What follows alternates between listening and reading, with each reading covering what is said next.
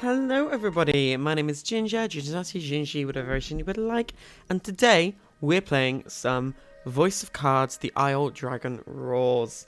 So now we need to speak to Mr. Flobby, who has now been saved, and that's not his mouth, alright? The girl is ecstatic that Mr. Flobby is finally back home. I'm happy for you, Melanie says with a smile as she returns the handkerchief. The girl bows her head and thanks you deeply. Thank you. Mr. Flobby looks as slimy as ever. You just hope it's a happy slime. The headman wants us to bring Mr. Flobby to him. Would you mind, you ask? Of course not, but bring him back soon, she answers with a bright smile.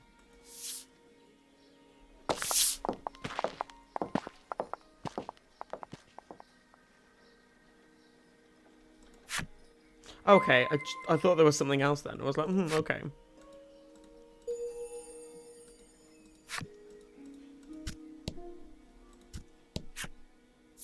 Yes, let's go.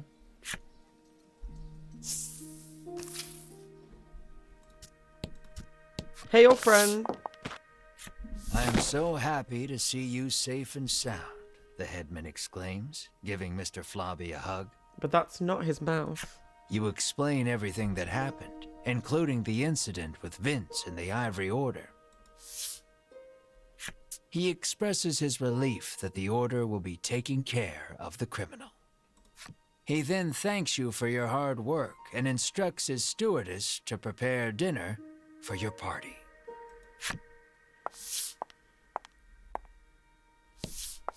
Oh, that looks well seasoned. You can feel your collective mouths watering at the sight of the lavish meal before you. Let's dig in. You, Mar, and Ridis immediately dig in. You aren't sure where you find a moment to breathe among all the feasting. Melanie didn't eat. Please, eat to your heart's content, the headman insists with a smile. Got a feeling this may be poison. Once your belly is full, you realize that Mr. Flobby is gone. And then... Room for dessert? The headman asks, offering you a plate of slimy jelly. You feel your stomach churning at the very sight of it. The color strikes you as familiar, and the stickiness sends a shiver down your spine. No.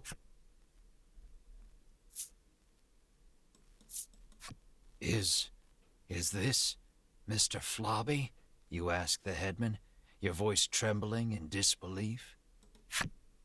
The headman looks at you with a plain expression, one that holds no malice. Is that a problem? He questions back. I'm struggling to breathe.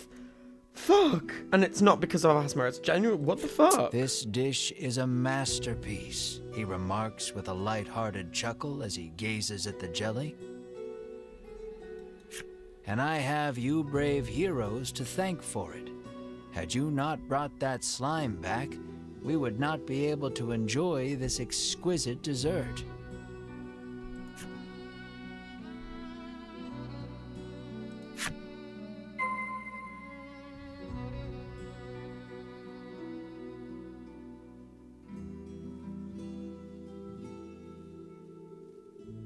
Fuck. What the fuck? The actual... I...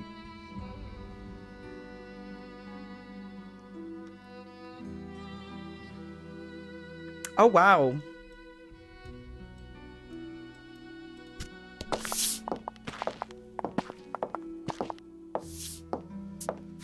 You move to leave, but the headman stops you. Kill him. I try to get my meat while it's still young and tender, but at least your pet is very plump, he remarks, licking his lips. He points at Mar and asks, would you consider leaving that creature here with me?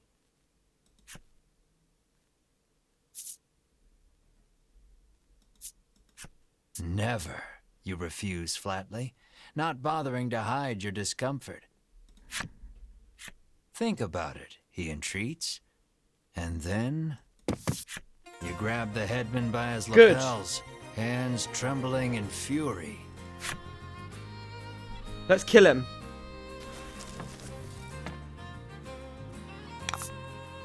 Oh, it's just us. He's so weak.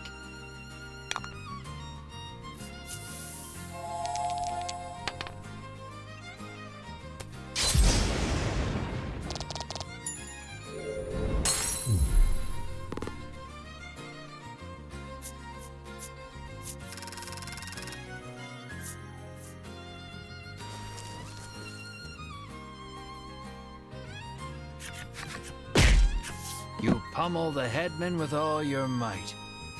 Curled up on the ground, the headman groans in pain, but insists that monsters were meant to be eaten. You hug Mar tightly, reassuring him that you will not hand him over to anyone. Mar looks at you with his round eyes and mews softly. You meet eyes with the rest of your party and reach a tacit agreement. Together, you all stand and leave.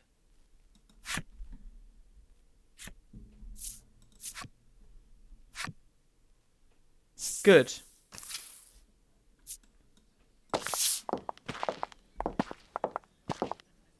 As you are about to leave the headman's house, though, the old man suddenly charges at you from behind. But Mar, the keener of you two, is quick to block his path. With a crash, Mar and the headman tumble to the ground. And then we From stay. the headman's Think hand we're falls alone a now. small blade. It clatters to the ground, covered in blood.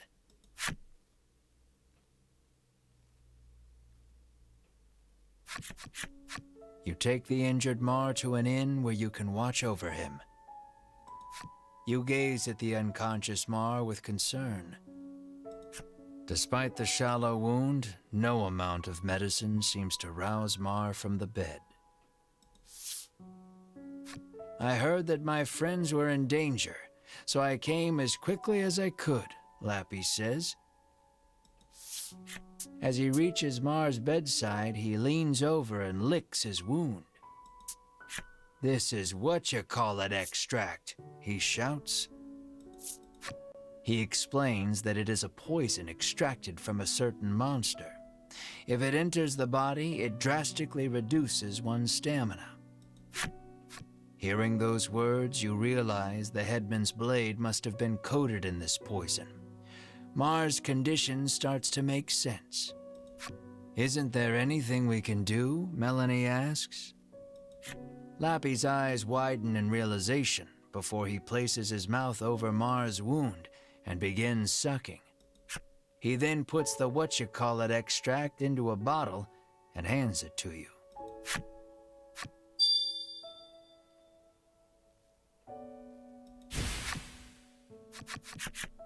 Lappy says that if you follow the road south of the village, you will reach Shoreland. He tells you to give the extract to the famous nutritionist there.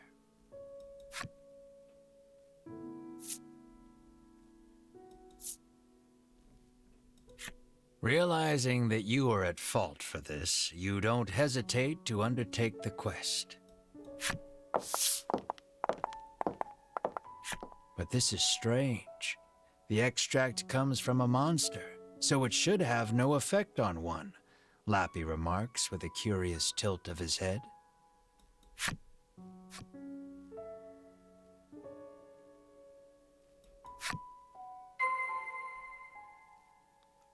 I'm genuinely so upset about this.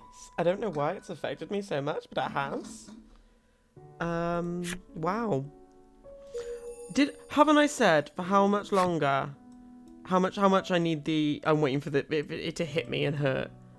And it's finally hit me. I need to get Mar back. And the thing is, if this happened to Melanie or Redis, I wouldn't care as much, but because it's... The girl sighs. "You're dirty again," she says, wiping a slime's mouth. "Mr. Flobby, you're alive," you exclaim in glee. "This is Mr. Globby, Mr. Flobby's cousin, Oh. she tells you. Does she know? She doesn't seem to be affected by it.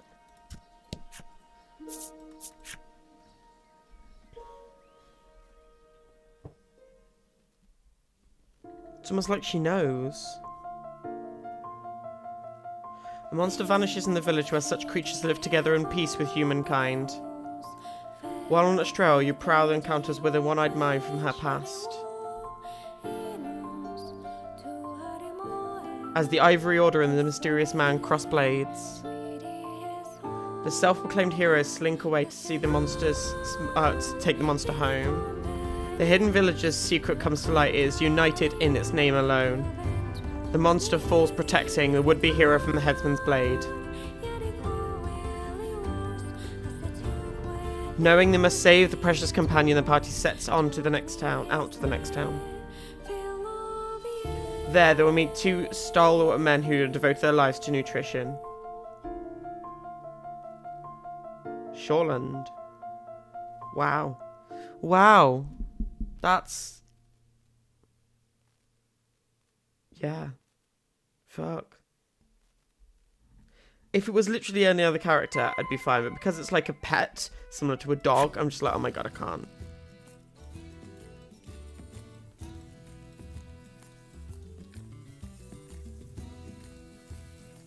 We could probably kill this guy now, if he lets us.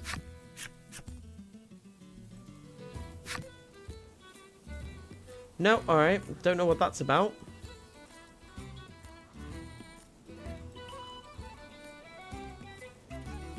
It's down here, isn't it? Yeah.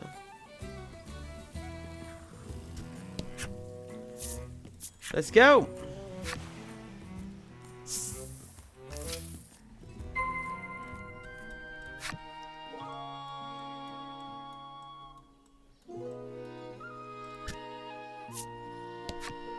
The man says the fishing industry is usually thriving in their seaside town, but recently nets have been coming up empty. He mentions that even the fishing harbor to the northwest has been suffering from poor hauls of late. Oh.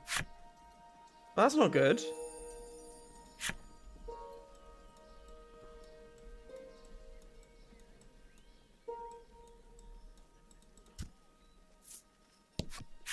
I can feel the dragon's presence. I must inform Lady Winifred, the knight mutters. You feel impatient, determined not to let the order beat you to it.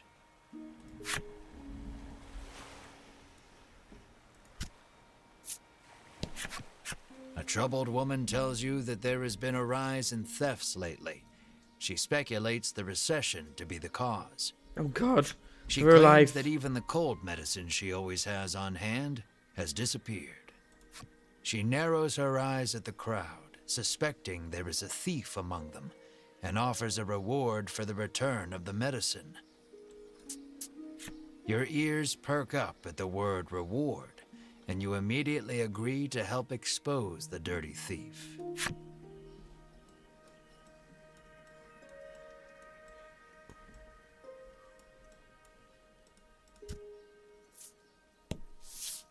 You approach a woman sneaking around in a corner of town. Hearing your voice, she turns in surprise. You see a vial of cold medicine clutched in her hands. You explain that the person she stole it from needs it back. The woman begins to explain her own situation with downcast eyes.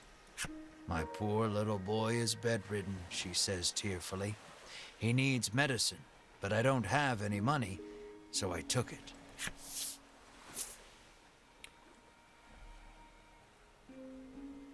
Tugging on a card ever so lightly. Oh, okay.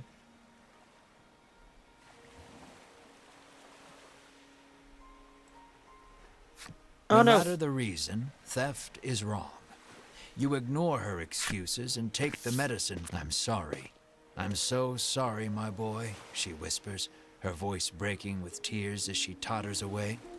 You feel bad for her and her child, but know you must return the medicine to its rightful owner. Now to receive your reward. Fuck. I thought we were gonna like talk to her, but No.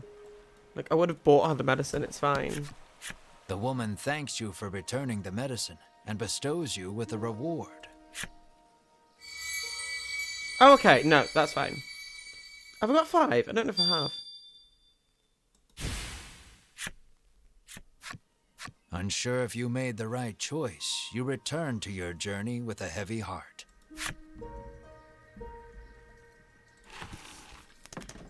Own cards. Is it in key items? It might be. Yeah, I've got all of them. Right, that's fine. Back.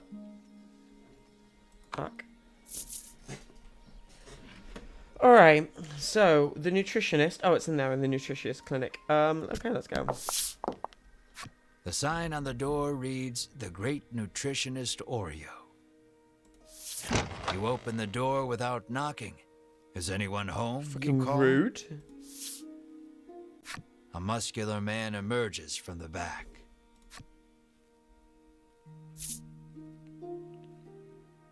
We've got the wrong house here. You politely ask if he is the nutritionist. Indeed, I am the nutritionist Oreo, he answers. He says he has been studying dietetics here for many years. You hand Oreo the extract and explain that your comrade is now bedridden because of it. He stares at the extract for a long time, and then opens the bottle and laps at the liquid inside. That's poison, Melanie shouts in alarm. The man insists that he'll be fine with his expertise of nutrition, and insists that knowledge is power, as if that will help somehow. Regardless, it seems he managed to grasp the composition of the poison with that lick, and starts concocting a nutritional supplement to counter it. I hope hopefully 2. However, he says he needs a spry fish, which has been difficult to catch lately. He needs a special fish to make the necessary supplement.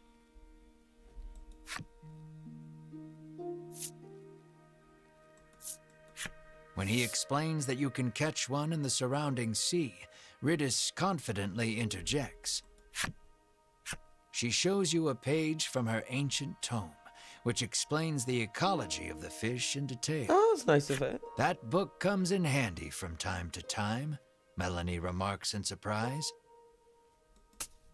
Oreo gasps as if remembering something. He says that his son went out fishing and, with a bit of luck, may have already caught a spry fish. It sounds like his son is fishing on the wharf. You decide to go find him. Is it in this place or is it in the harbour at the top?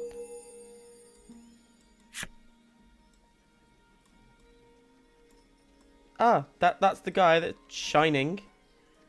Alright. Hey-oh. You see a young man with his line in the water and call out to him. He turns around and flexes, shouting out suddenly, "Power is power." You stare, enchanted by his bulging musculature. There is no doubt in your mind that this is Oreo's son. He asks if you have business with him.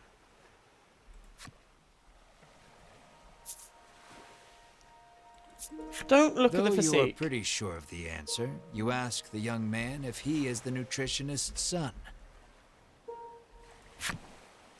That I am, he answers. He introduces himself as Bruno and says he is learning to be a nutritionist like his father. You introduce yourself, expressing to him that you are a hero on a journey and require a spry fish to save your ill comrade.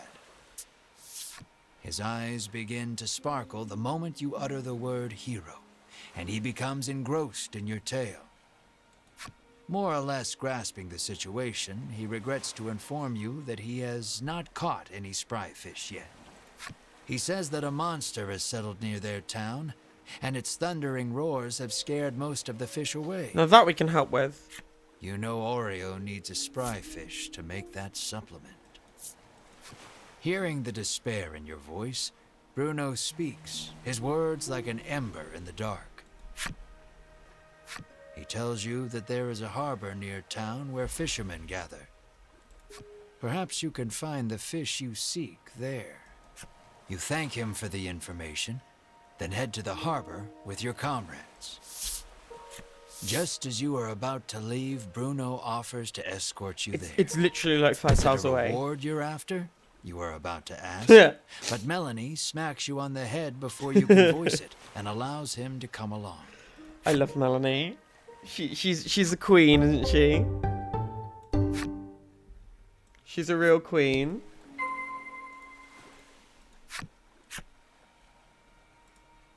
Yeah. What's he got? What can he bring to the table?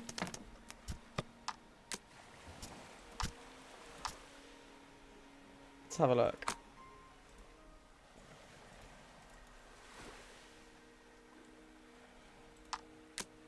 No, don't want that. Skills.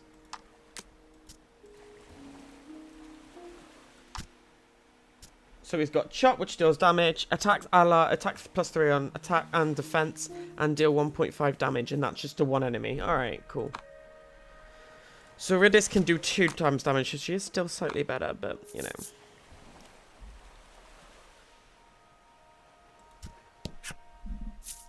Yes.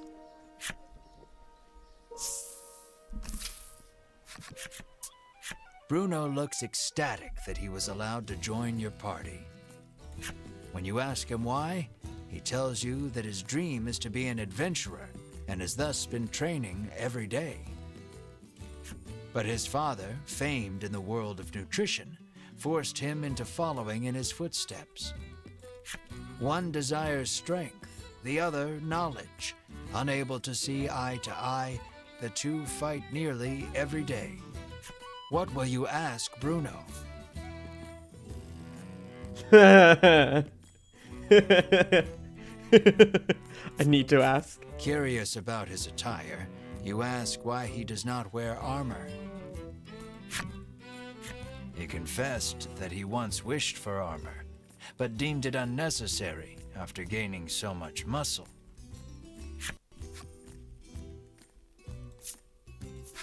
You ask Bruno about his sword arm, saying you are something of a swordsman yourself. Bruno replies that he specializes in hand-to-hand combat, then flexes his bulging biceps as proof. I will say, although a lot of muscle looks impressive, not a lot of it would be useful. So someone who has a bit more slight build may be stronger than someone who has got bulging muscles, because it depends on their strength-based build. So if you are slim and don't have a lot of muscles, that's actually sometimes stronger than people who have loads of muscles, and that would be quite large. Apparently, he only carries around a sword to look like an adventurer. In that moment, you realize something. While his passion for being an adventurer is true, he is dumber than a sack of rocks. The words "birds of a feather flock together" run through your mind, but you quickly chase them away, afraid of what that means for you.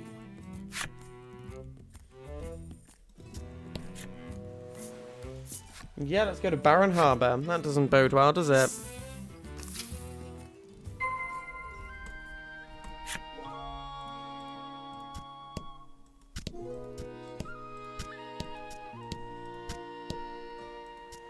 Okay. Lately, a monstrous roar has been disturbing the seas and scaring away all the fish. He sighs, lamenting that his catches have been poor as a result.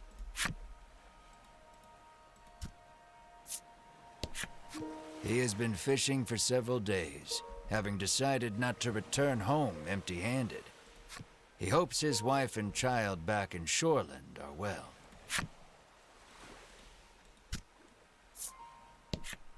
The woman says she has been waiting here for days, worried about her husband, who has yet to return.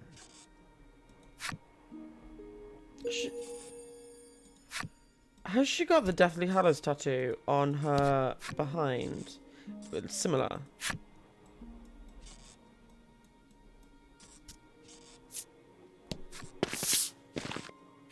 A rough-tempered piscator stands there, having just returned from fishing. Mars' fate rests upon this man's haul.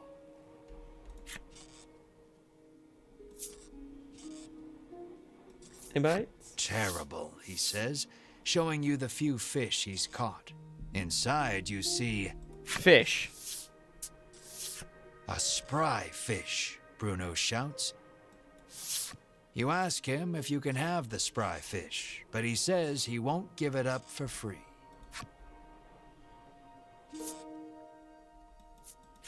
When you ask how much it will cost, he gives the absurd price of 1 million gold pieces. You're heartless, Ridis pouts. The man is enraged by the rude response. Just then, Bruno prances forth and shouts, "Stop right there!" Your fisherman muscles are simply sublime, he exclaims. He challenges the man to a competition of muscles with the spry fish as the prize. The piscator seems interested and agrees on one condition. If you lose, you must become my servant. This one's all yours, Melanie says, patting you on the shoulder. Then let the carnival of might and muscles begin, Bruno roars, completely fired up. Your puny body is no match for mine, the piscator shouts back, throwing a punch. Okay. So we've got to fight a fisherman. Oh, he's relatively strong.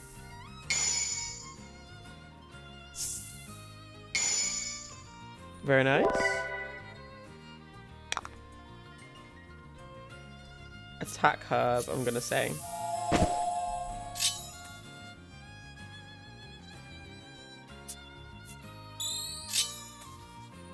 Oh, that's not good. That's nice. Except that also affects him as well. Got to just do a chop.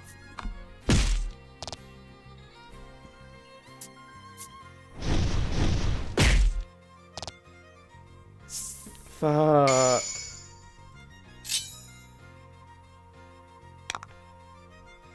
Bull rush. I've got a feeling we're not supposed to win. You're doing great. No, we're not. We're dead. Oh no, we're not. Not yet.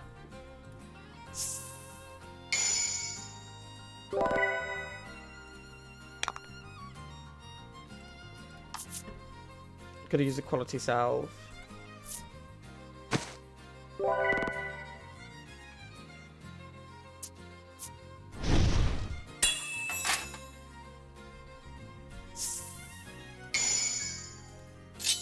So that's him as well.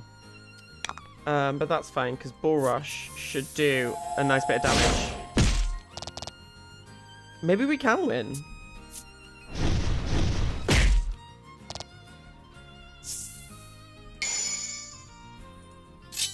Yeah, it's 2 out of allies and enemies. I was just reading that wrong.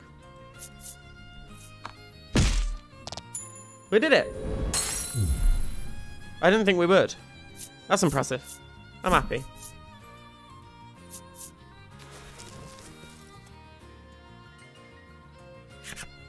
His victory sealed, Bruno strikes a glorious pose and shouts out, Da da da da da da da da.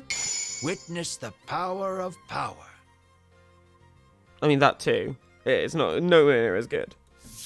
Defeated, the piscator hands over the spry fish to Bruno.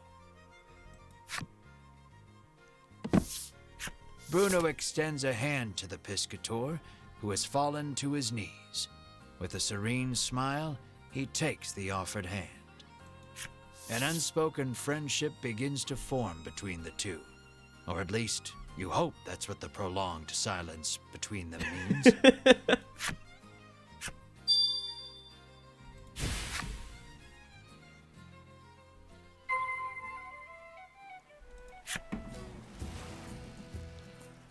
I think I want to destroy the enemy that's just been yelling.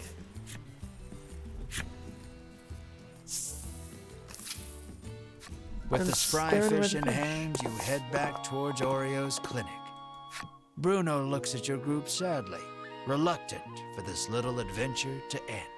I mean, I'm happy for him to go. I want Ma back. No one else that has just magically, like, appeared, is there? No. Alright, let's go. You hand the fish to Oreo and ask him to make you the supplement. Give me a moment, he says, then takes the fish and heads into the back.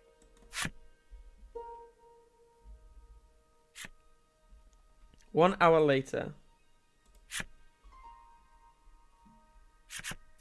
It's ready, he says, emerging from his room and handing you a bottle. Nice. You hope this will get Mar back on his feet. You need to get back to Unionville on the double. But before that...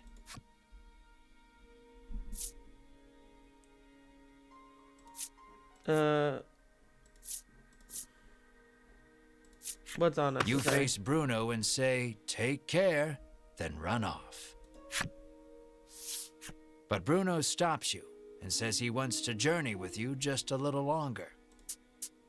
But Oreo is quick to douse the flames of his desire. You will stay here and study, he commands. Then you leave me no choice. Bruno's expression reads as he raises both hands behind his head and squats at hyper speed. What? I want to show this power to the world, Bruno proclaims to his father. You have much to learn, my son, Oreo retorts as he starts sidestepping at breakneck speed.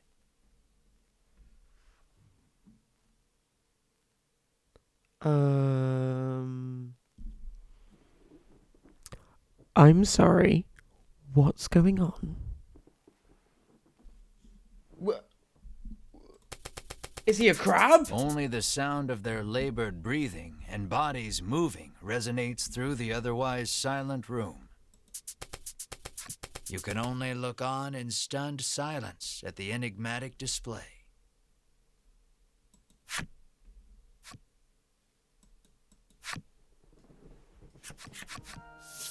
Bruno falls to his knees, panting. This is my limit. You have grown, my son, Oreo says, looking no worse for wear. So are you coming with us or not? Melanie interjects, ever the blunt one. I love her. Only our muscles know the answer, comes Bruno's cryptic reply. I don't get it, Ridis remarks frankly.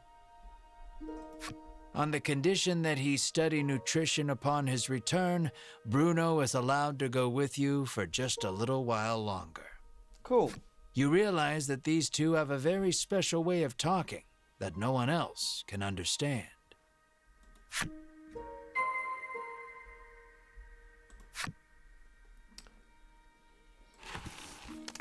Well, we're gonna swap him out.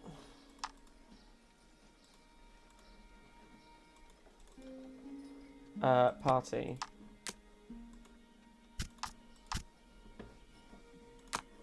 Yep.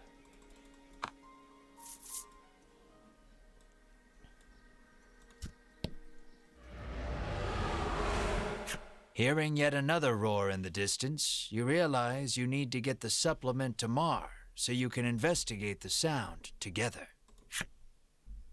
Yeah. Sounds apt. Sounds right.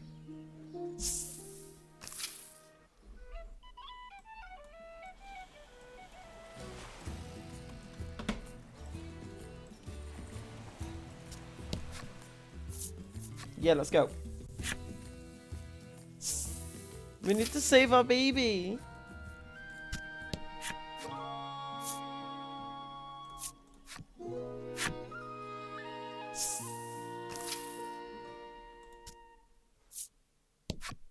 I thought a beast of that size would eat us out of house and home, she remarks, no doubt talking about Mar. My little baby. Mar lies listlessly upon the bed, looking somewhat haggard. You help Mar sit up. Drink this, Mar, you say to him gently. He weakly opens his mouth, and you slowly pour the energy concentrate inside.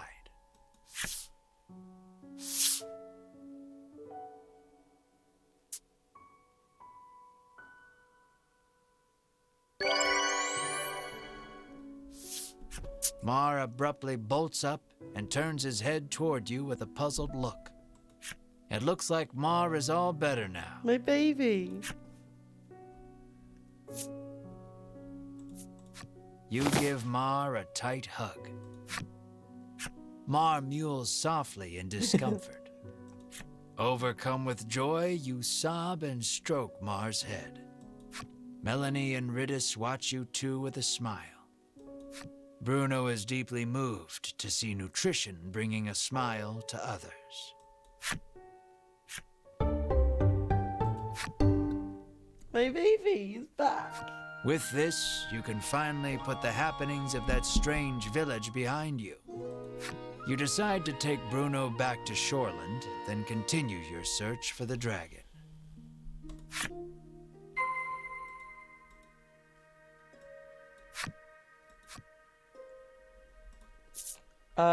No, not for the minute.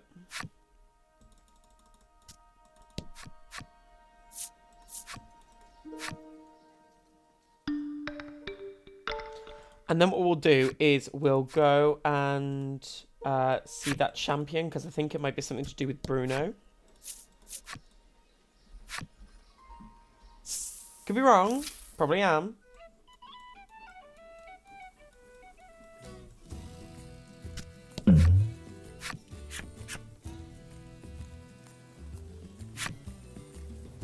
Alright, maybe not them.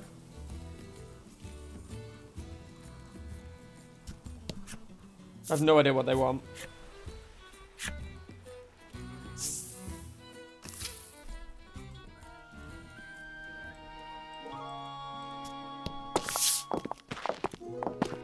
You arrive at Bruno's house. Though he seems to want to adventure a little more, he reluctantly enters his house. You ask Oreo if he knows anything about the monster behind that mighty roar. He says that the creature nests atop a tower not far from town. With that, your next destination is decided. Here, you will part ways with these two, but you owe a great deal to the nutritionist and his son. Well, yeah, actually. Bruno looks at you, his eyes begging you to let him come along. What will you say?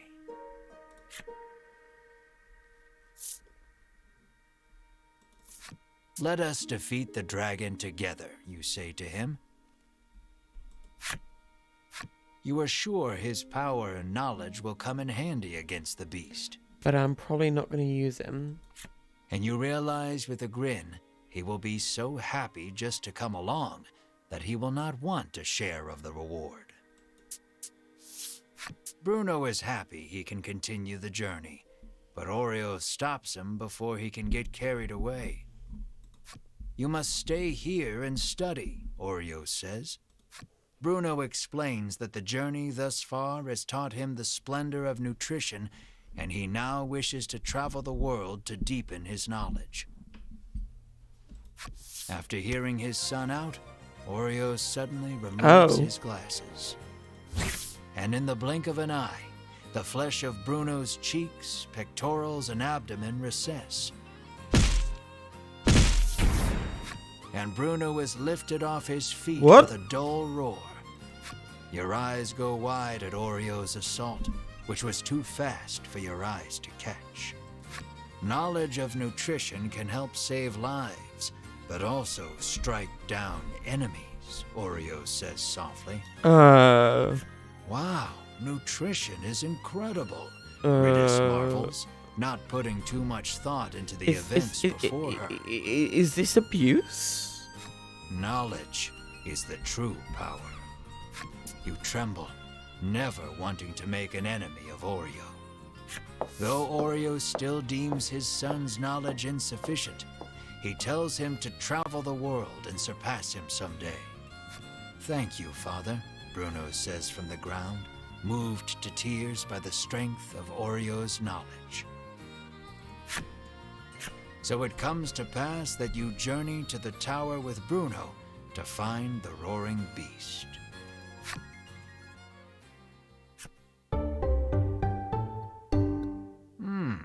Yet another colorful character.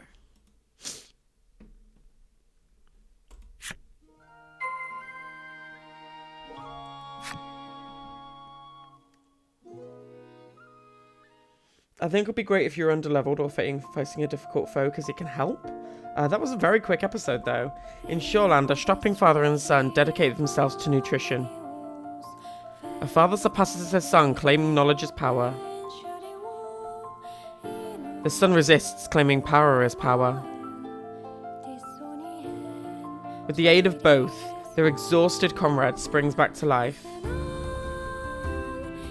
After learning prominent information from the father,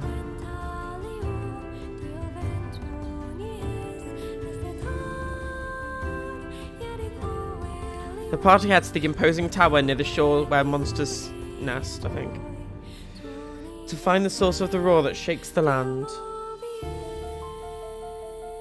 And what should they find there at the dragon's tower?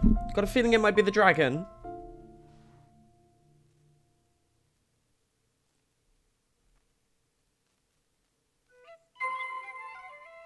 Right, so we will journey southwest in the next episode. And I'm going to say that my name has been That One Dude. You've been watching me play the Isle Dragon Rules. Voice of Cards, the Isle Dragon Rules. And hopefully you've enjoyed. If you did, please feel free to like, comment, subscribe. Come with my journey on to the next one. And hopefully I'll see you in the next episode. Bye, guys.